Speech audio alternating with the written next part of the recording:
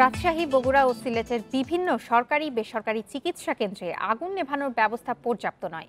এমন অবস্থায় ঝুঁকি নিয়ে চিকিৎসা নিচ্ছেন রোগীরা। তবে ফায়ার সার্ভিস বলছে, নিরাপত্তা ব্যবস্থা না থাকলে নতুন করে কোনো ক্লিনিককে ছাড়পত্র দেওয়া হচ্ছে না।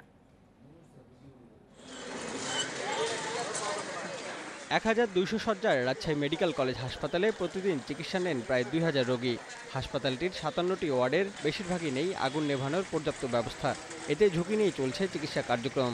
সরওয়ার্দী হাসপাতালে যেরকম অবস্থা হয়েছিল, ১২০০ রোগীকে স্থানান্তর করা হয়েছে। এখন এরকম অবস্থা যদি এখানেও হয়, তাহলে তো এই পরিস্থিতি ভয়াবহ হবে। রোগী তো অসুস্থজনিত অবস্থা থাকে, তাকে কিভাবে নেবে? আগুন নেভানোর যন্ত্র যদি না থাকে, তাড়াহুড়া করে কিভাবে নেবে?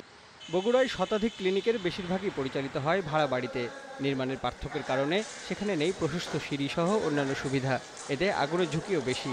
ক্লিনিক আকারে যদি প্রথম থেকেই ব্যবস্থা নেওয়া হতো, তাহলে হয়তো এখানে অনেক নিয়মই আমরা পালন করতে পারতাম। আমরা বলে থাকি যে আপনারা সবাই মিনিমাম অগ্নি নির্বাপন যন্ত্রটা অন্তত রেখে দিবেন। সিলেটের এমএজি ওসমানী মেডিকেল কলেজ হাসপাতালের আগুন নেভানোর বিভিন্ন সরঞ্জাম থাকলেও নেই দ্রুত পানি সরবরাহের ব্যবস্থা।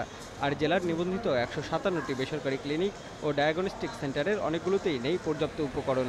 যাদের আছে সেখানেও হয় না নিয়মিত মহড়া। বিএনবিসির গাইডলাইন ফলো করলে ওখানে অগ্নি নির্বাপনী ব্যবস্থা নিশ্চিত করা যাবে। তবে আমাদের জানা মতে এই হসপিটালগুলোতে এই অগ্নি নির্বাপনী ব্যবস্থা এরকম এস্টাবলিশ করা নাই। আগুনের ঝুঁকি কমাতে নিরাপত্তা ব্যবস্থার আধুনিকায়ন, নিয়মিত বৈদ্যুতিক সরঞ্জাম পরীক্ষা ও মহড়ার তাগিদ দিয়েছে fire service. Mostafizur Rahman, independent news desk.